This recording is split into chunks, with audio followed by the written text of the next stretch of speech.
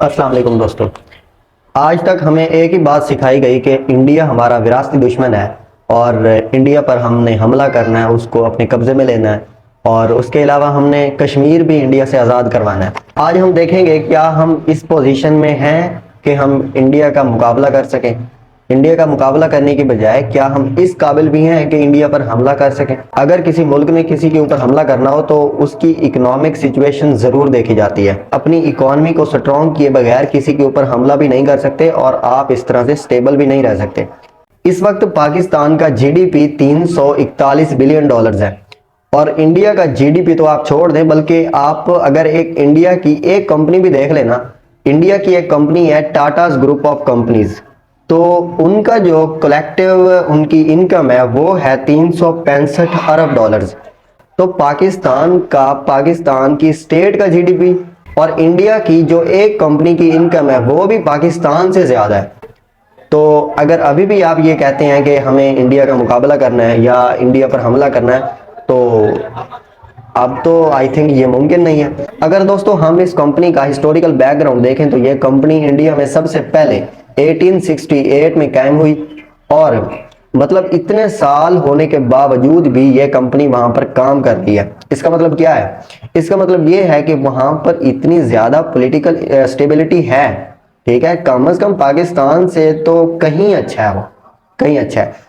अभी अभी पाकिस्तान में इलेक्शन हुए हैं तो हर किसी को यह फिक्र है कि किसने किस इक़्तिदार की कुर्सी पर बैठना है और किसी को यह फिक्र नहीं कि पाकिस्तान किसी भी वक्त डिफॉल्ट कर सकता है।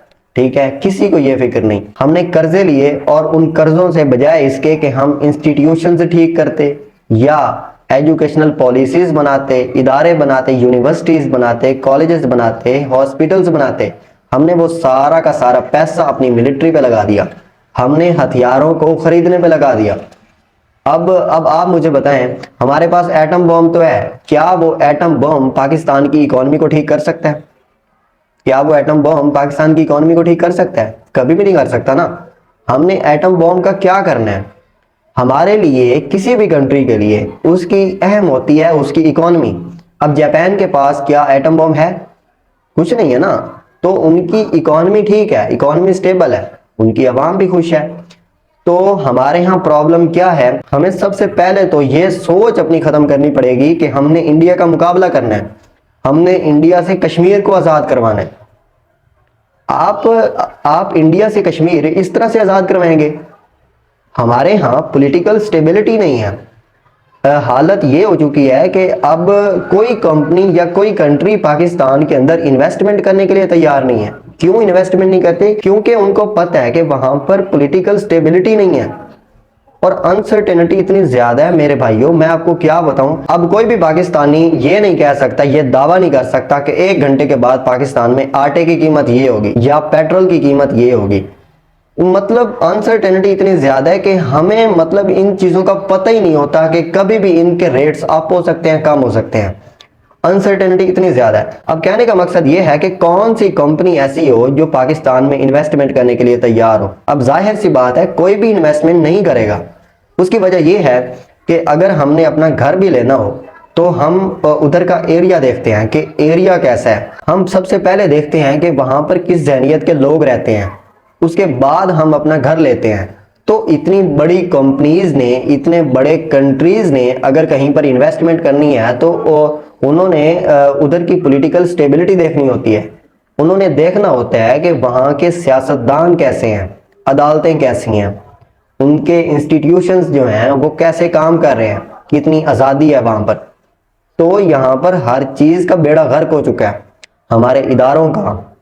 और हमारे सियासतदान इतने करप्ट हैं, ठीक है, हमारे इदारे इवन अब तो इतने करप्ट हो चुके हैं कि कौन यहाँ पर इन्वेस्टमेंट करेगा। अब तो ये हालत हो चुकी है कि हर किसी को इक़्तिदार की कुर्सी की है, किसी को ये नहीं है कि पाकिस्तान दिवालिया हो रहा है, हमने पाकिस्तान को इस मुसीबत से कैसे निकालना है। अब पाकिस्तान के किसी भी इलाके में जाकर देख लें, लोगों के पास खाने के लिए आटा नहीं है, खाने के लिए आटा नहीं है। तो अगर आप कह रहे हैं कि हमारा वजीर आजम अगला ये बनेगा, हमारा सदर ये बनेगा, आपको भी हमें भी डूब के मर जाना चाहिए। अगर आपने वही कर्जे का पैसा अपने इदारों पे लगाया होता ना तो आज आपको उसका आउटपुट मिलता।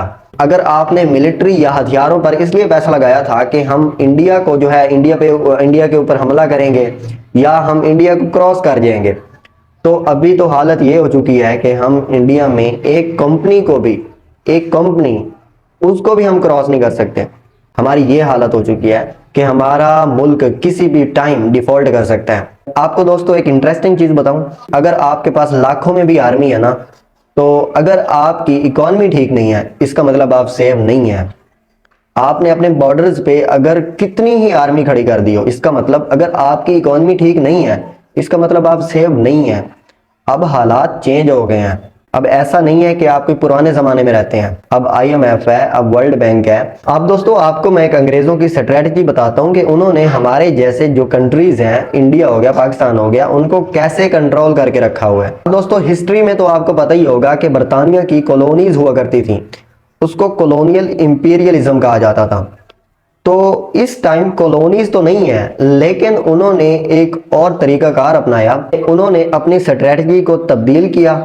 उनको ये कंफर्म हो गया था कि हम अब कॉलोनीज के जरिए या अपनी मिलिट्री के जरिए किसी पर भी हमला नहीं कर सकते और कब्जा नहीं कर सकते। अब क्योंकि सुपर पावर्स को आइडिया हो गया था कि हम अपनी आर्मी के जरिए किसी के ऊपर हमला भी नहीं कर सकते और उनके ऊपर कंट्रोल भी हासिल नहीं कर सकते, उन्होंने अपनी स्ट्रेटजी चेंज की और इकोनॉमी के जरिए हर किसी को कंट्रोल करना शुरू कर दिया।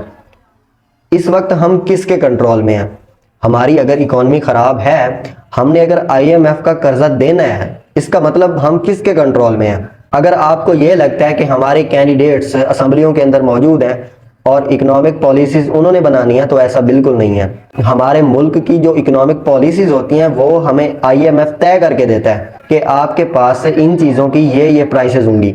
तो अब आप ही मुझे बताइए कि हमारी जो इकोनॉमिक पॉलिसीज हैं वो हमारी IMF तय करता है, तो क्या हम आज़ाद हैं? क्या हम आज़ाद हैं? हम दोस्तों इस वक्त इकोनॉमिक इंपीरियलिज्म के अंदर फंस चुके हैं और यहाँ से निकलना बहुत ही ज़्यादा मुश्किल है। हमें सबसे पहले अपने पॉलिटिकल इंस्टीट्यूशंस उनको ठीक करना होगा, अपने इदारे ठीक करने होंगे, अपने मुल्क के अंदर यूनिवर्सिटीज़, कॉलेजेस और हेल्थ सिस्टम ठीक करना पड़ेगा, क्योंकि हमारी कौम में इतनी ज़्यादा इलिटरेसी है, इतनी ज़्यादा कि मैं आपको क्या बताऊं। अब सिंपल सी बात है कि रेडी वाले को तो नहीं पता होगा कि IMF के साथ हमारे क्या एग्रीमेंट हुए हैं। अगर आप IMF की रिपोर्ट उनको दिखा दें, किसी किसान को दिखा दें, तो उसको तो इंग्लिश नहीं आती, उसको पढ़ना ही नहीं आता, तो उसको कैसे पता चलेगा कि IMF के साथ क्या एग्रीमेंट हुआ है। और स्पेशली मैं पेरेंट्स को यहाँ पे कहना चाहता हूँ कि अपनी औलादों को पढ़ाएं, उनको इल्म दें। उनको पता होना चाहिए कि हमारे इंटरनेशनल ऑर्गेनाइजेशंस के साथ क्या एग्रीमेंट होते हैं और कैसे होते हैं और उनके ऊपर अमल दरामद कैसे करवाया जाता है। तो जब तक आपको पता ही नहीं होगा तो आपको कैसे आइडिया होगा कि हमारी इकोनॉमिक पॉलिसीज कौन बनाता है। आपको तो ये फील होता होगा कि हम जो मतलब कैंडिडेट इलेक्ट करते हैं वो हमारी इकोनॉमिक पॉलिसीज बनाते होंगे, तो ये आपको गलत फहमी है, ऐसा बिल्कुल नहीं होता। हमारी इकोनॉमी जो है वो कंट्रोल्ड है। हमारी जमहूरियत जिस तरह से कंट्रोल्ड है ना, हमारी इकोनॉमी भी उसी तरह से कंट्रोल्ड है। इसको कंप्लीटली कंट्रोल करके रखा हुआ है IMF ने। कहने का मकसद ये है कि जब तक हम IMF से निकलेंगे नहीं, उस वक्त तक हम आज़ाद नहीं हो सकते। हम इस वक्त आज़ाद नहीं है कि हम कंप्लीटली अभी आज़ाद नहीं हुए। हमारी आज़ादी अभी बाकी है। कभी आपने देखा कि पाकिस्तान में सारे लीडर्स एक प्लेटफॉर्म पर इकट्ठे हुए हों और उन्होंने ये सोचा हो बैठ के कि हमने पाकिस्तान को कैसे आगे लेकर चलना है? ऐसे कभी नहीं होता ना, और पाकिस्तान में होगा भी नहीं।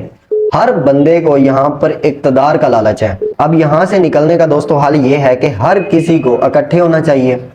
हर सियासी लीडर को, इमरान खान, नवाज शरीफ, आसिफ अली जरदारी, इनको इकट्ठा होना चाहिए एक ही प्लेटफॉर्म पर और उनको पॉलिसीज बनानी चाहिए कि हमारा पाकिस्तान जहाँ पर अब फंस चुका है, अब हमने यहाँ से इसको कैसे निकालना है बाहर।